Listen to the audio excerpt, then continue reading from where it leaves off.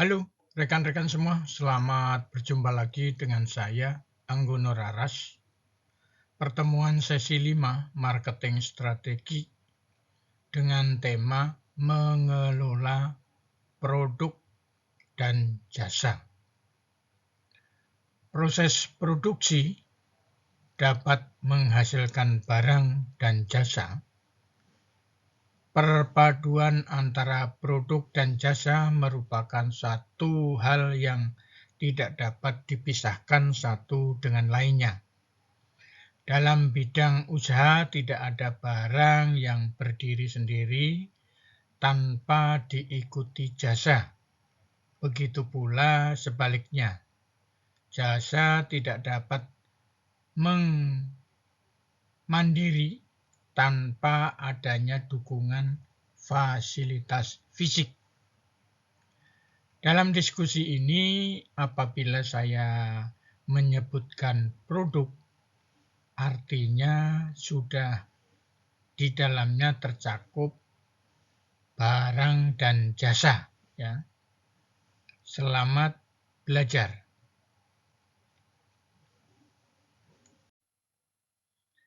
Fungsi utama produk yang ditawarkan ke pelanggan adalah memenuhi kebutuhan pelanggan.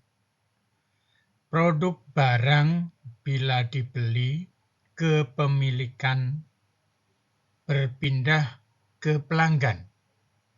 Setelah dibuat, mereka dapat dipisahkan secara fisik dari pabrikan atau dari perusahaan pembuatnya dan didistribusikan ke pengguna akhir melalui berbagai saluran. Berdasarkan pola konsumsinya, produk seringkali diklasifikasikan sebagai tahan lama atau tidak tahan lama. Barang tahan lama sebagai contohnya adalah rumah, mobil, peralatan rumah tangga, dan mesin. Produk barang seperti ini dapat dikonsumsi berkali-kali dan lebih dari satu kali jangka waktu yang lama. Sebaliknya, barang tidak tahan lama, yaitu makanan, merupakan barang sekali pakai. Kosmetik biasanya dikonsumsi dalam satu kesempatan atau dalam waktu yang singkat.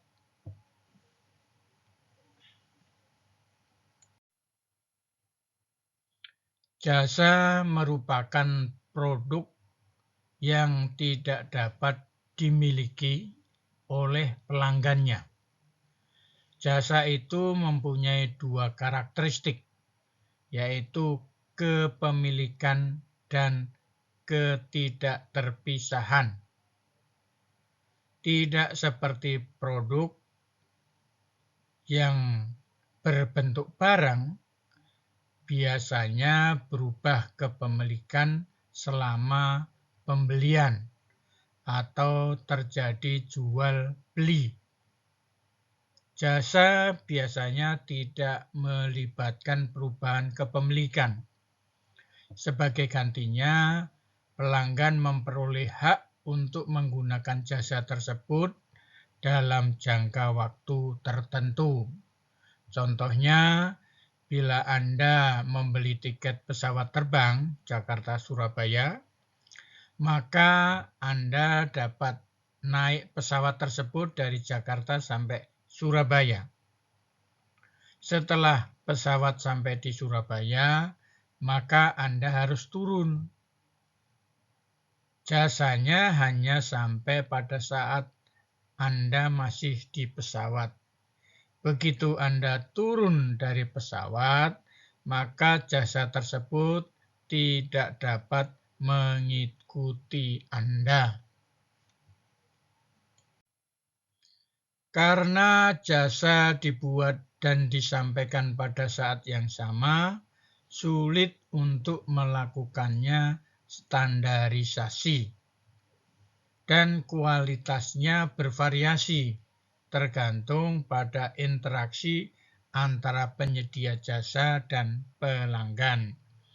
Sebagai contoh, pada saat Anda naik pesawat terbang, akan disambut oleh pramugari di depan pintu pesawat dengan senyuman yang ramah dan ucapan selamat datang di penerbangan mereka. Pelanggan pertama sampai pelanggan ke-25 masih merasakan suara pramugari tersebut dengan jelas. Namun pada penumpang yang ke-100 atau lebih, suara pramugari sudah tidak jelas terdengar. Begitu pula dengan senyuman yang sudah tidak bergairah lagi. Klasifikasi produk berdasarkan manfaat. Ada 3 klasifikasi yang dapat dilakukan. Yang pertama, pencarian produk. Paling sedikit dikaitkan dengan ketidakpastian dan biasanya dapat diidentifikasi melalui pemeriksaan sebelum membeli. Contohnya kalau kita mau membeli sepatu, kita bisa coba dulu, kita bisa melihat warnanya, kita bisa melihat modelnya, begitu pula mereknya. Hal ini juga dapat dilakukan pada saat kita membeli baju. Kita lihat warnanya, modelnya, kemudian bentuk kainnya, dan sebagainya, sehingga kita bisa mengamati terlebih dahulu. Kemudian tidak bedanya dengan pada saat kita mau membeli mobil, rumah, dan apartemen. Kemudian kita coba melihat berdasarkan pengalaman produk. Sebagai contoh, membawa ketidakpastian yang lebih besar dan terungkap hanya melalui konsumsi. Sebagai contoh, kalau kita bilang ingin bahwa restoran itu masakannya enak, ya kita bisa secara gampang kita bisa melihat di restoran itu ramai atau tidak dengan pembelinya gitu loh. Itu bisa menjadi salah satu contoh pengalaman produk tanpa merasakan. Kemudian dari sisi masakan, ya, masakan itu kalau kita belum tahu mencicipi rasanya juga akan sulit mengatakan masakan itu enak atau tidak. Tentunya harus dirasakan ya. Begitu pula kalau kita datang ke mall, apakah mall itu suasananya sejuk, nyaman atau apa, artinya kita harus hadir di mall tersebut. Termasuk kalau kita mau berwisata. Berwisata itu pada awalnya kita bisa melihat satu penjelasan-penjelasan di sosial media, kemudian kita bisa tertarik, tapi akan bisa mengatakan bahwa lokasi di situ itu baik atau tidak, itu bisa diketahui kalau kita sudah datang sendiri ke tempat tersebut. Rekan-rekan semua, di dalam proses pengalaman produk itu ada beberapa hal yang perlu kita ketahui. Yang pertama namanya kredensi produk. Ya, kredensi produk. Kredensi produk itu memiliki jumlah ketidakpastian dan kualitasnya tidak benar-benar terungkap bahkan setelah dikonsumsi. Sebagai contoh di sini Saya akan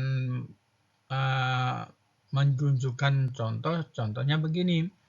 Kalau kita pengen sembuh, maka penyakit jantung kamu datang saja cari dokter atau profesor atau ahli jantung, Mr. X. Kita tentunya kan tidak harus dibelek jantungnya dulu ya, tapi itu berdasarkan satu pengalaman atau kata orang yang sudah pernah merasakan itu. Itu gambarannya ya. Atau kita pernah ke laut mati, ada pengen katanya laut mati itu kita bisa mengambang, manusia bisa mengambang ya.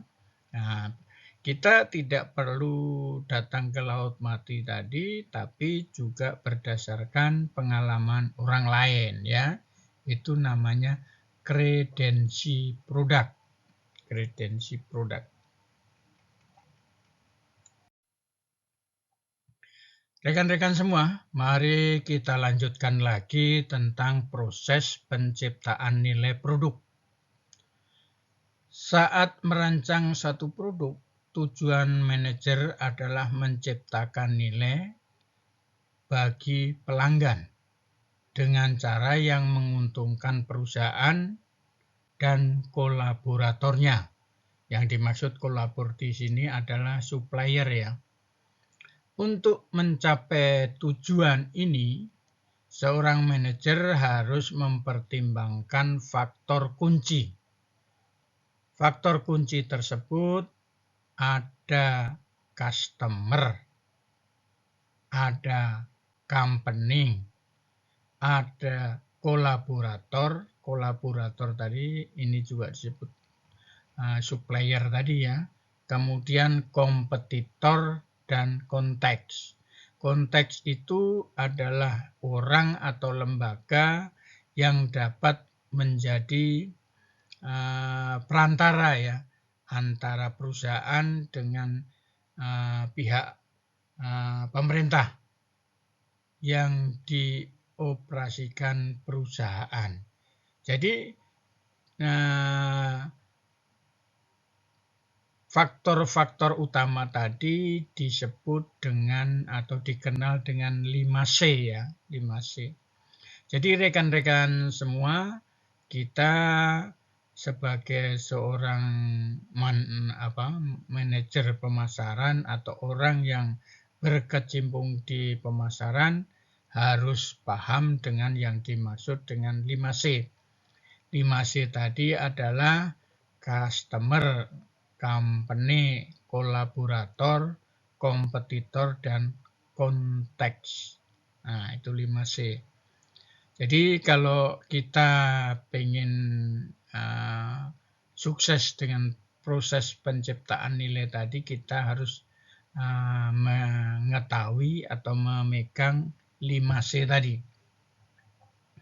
Kemudian 5C sangat penting secara strategis ketika merancang aspek produk maupun aspek jasanya. Karena fungsi utama sebuah penawaran untuk menciptakan nilai bagi pelanggan yang akan menggunakannya.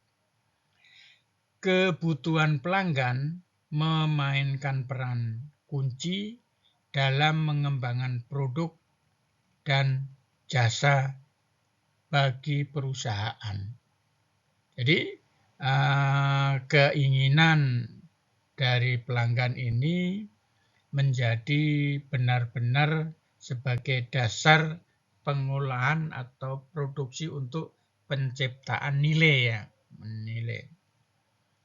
Selanjutnya, produk perusahaan juga tergantung pada kolaborator perusahaan.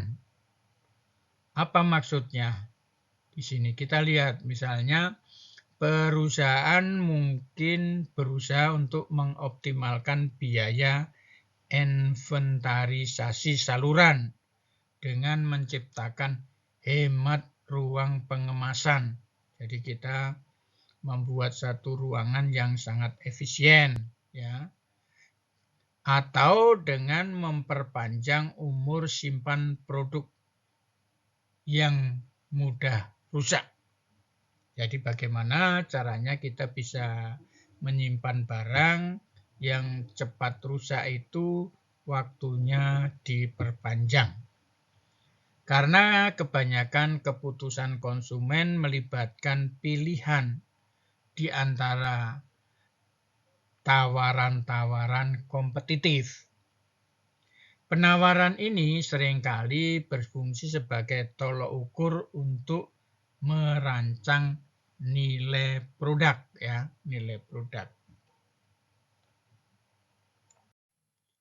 Masih terkait di dalam proses penciptaan nilai produk, di mana kita bisa melihat bahwa produk perusahaan juga merupakan cerminan dari tujuan dan sumber dayanya, karena mereka menentukan kemampuan produk perusahaan untuk memenuhi kebutuhan pelanggan.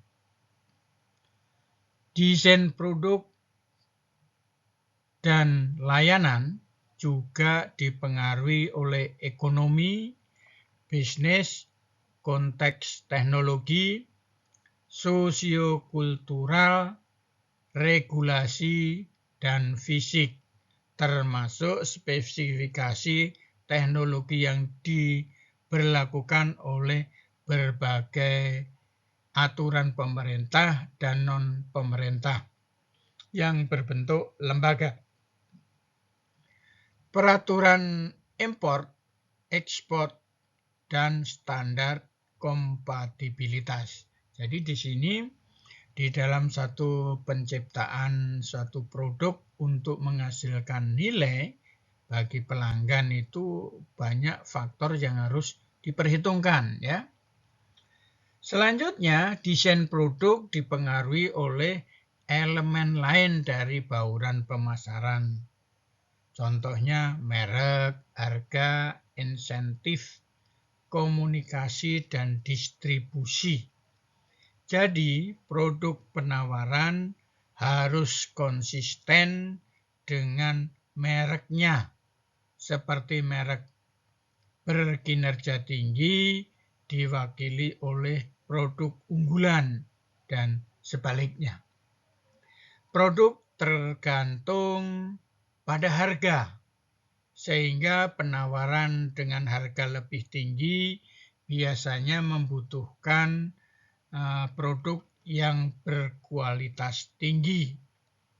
Produk juga bergantung pada penawaran komunikasi yang harus dirancang dengan cara memberikan informasi kepada pelanggan seluas-luasnya tentang produk tersebut.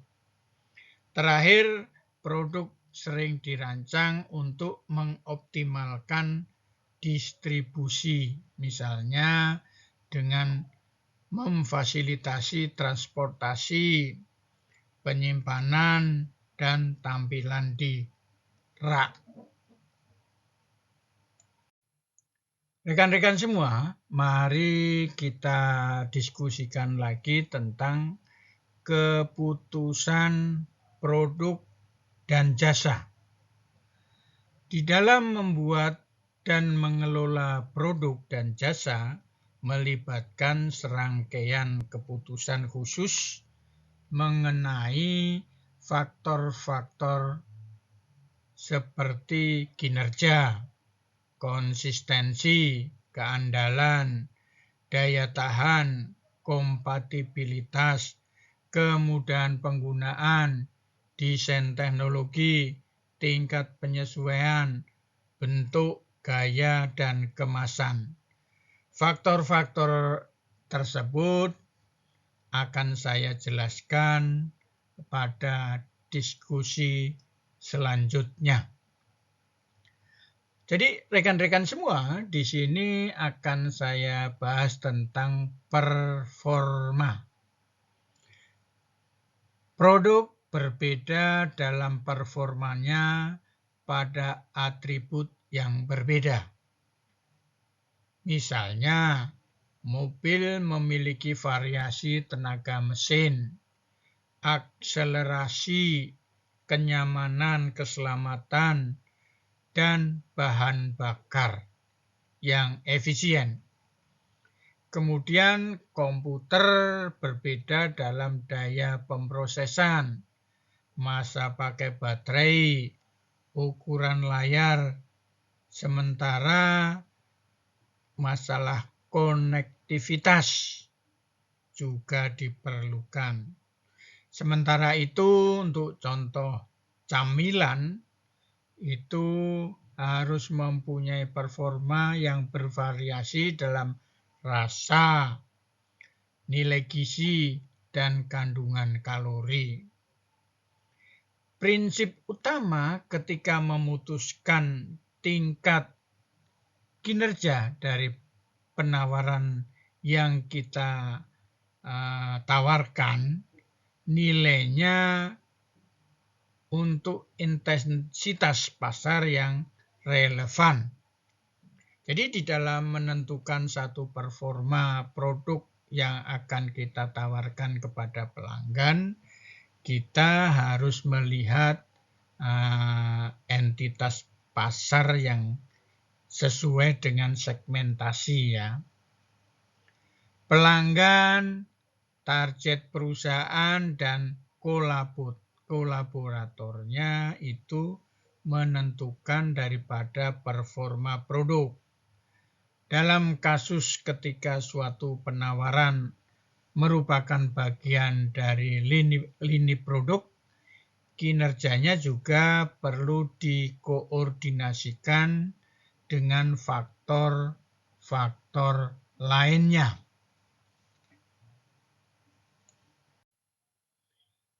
Konsistensi.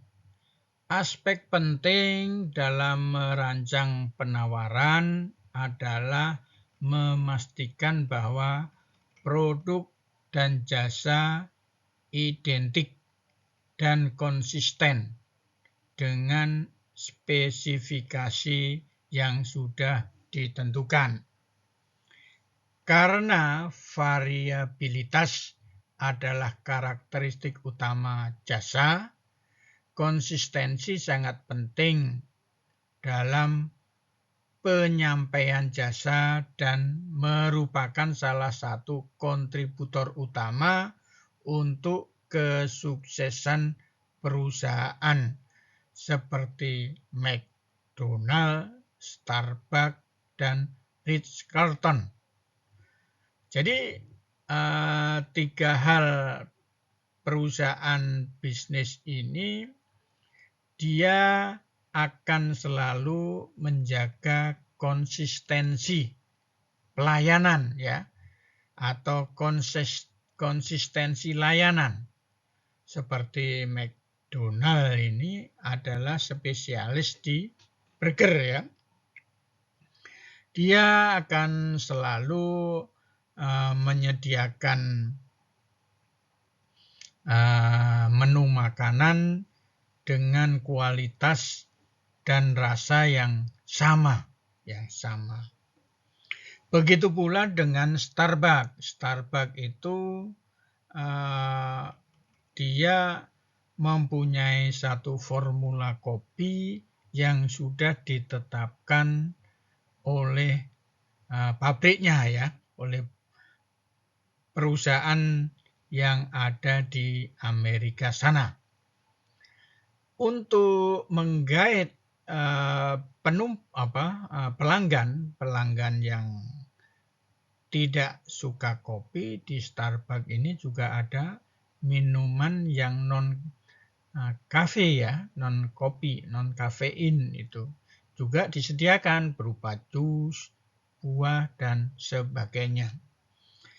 Kalau Ritz-Carlton ini merupakan hotel ya, di mana di dalamnya mempunyai klasifikasi hotel bintang 5 gitu, sehingga mempunyai satu standarisasi mutu terhadap fasilitas, mulai dari kamar, pelayanan atau personilnya juga mempunyai standarisasi tersendiri. Saya akan coba menjelaskan masalah konsistensi di dunia travel. Ini saya ambilkan contoh travel Jakarta-Bandung, itu rata-rata dia konsisten. Karena ini berhubungan dengan jam terbang pesawat. Kalau tidak dia konsisten, maka banyak penumpang yang akan dikecewakan ya. Akan dikecewakan karena telat naik pesawat gara-gara telat dalam perjalanan dari Bandung ke Jakarta. Jadi konsistensi ini adalah pada travel ini masalah ketepatan waktu ya. Ketepatan waktu berangkat baik dari Jakarta maupun dari Bandung, sehingga estimasi waktu itu bisa diperkirakan oleh sopir sehingga penumpang yang akan dari Bandung ke Jakarta yang akan naik pesawat itu bisa tepat waktu.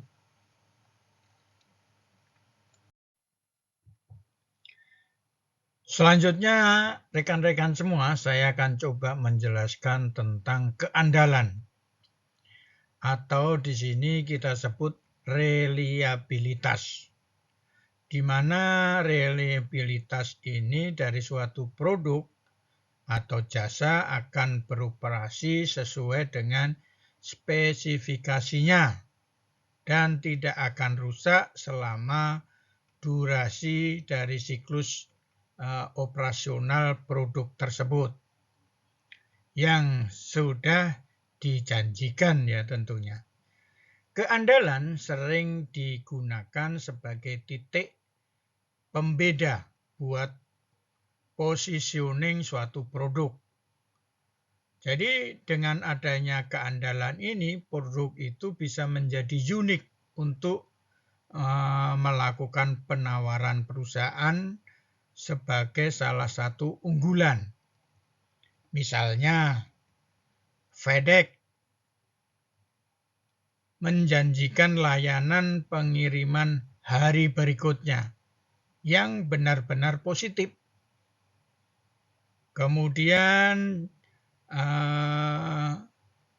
travel di Jakarta-Bandung itu rata-rata juga membuat satu jadwal perjalanan yang dapat diandalkan, sehingga mereka sampai saat ini bisa bertahan. Jadi bertahannya mereka itu karena adanya keandalan dan konsistensi. Karena di dalam satu bandara itu mempunyai standar mobil travel itu tidak boleh lebih umurnya dari 3 tahun pada saat pembelian ya, dari saat pembelian baru. Jadi paling lama itu 3 tahun, sehingga kendaraan-kendaraan transportasi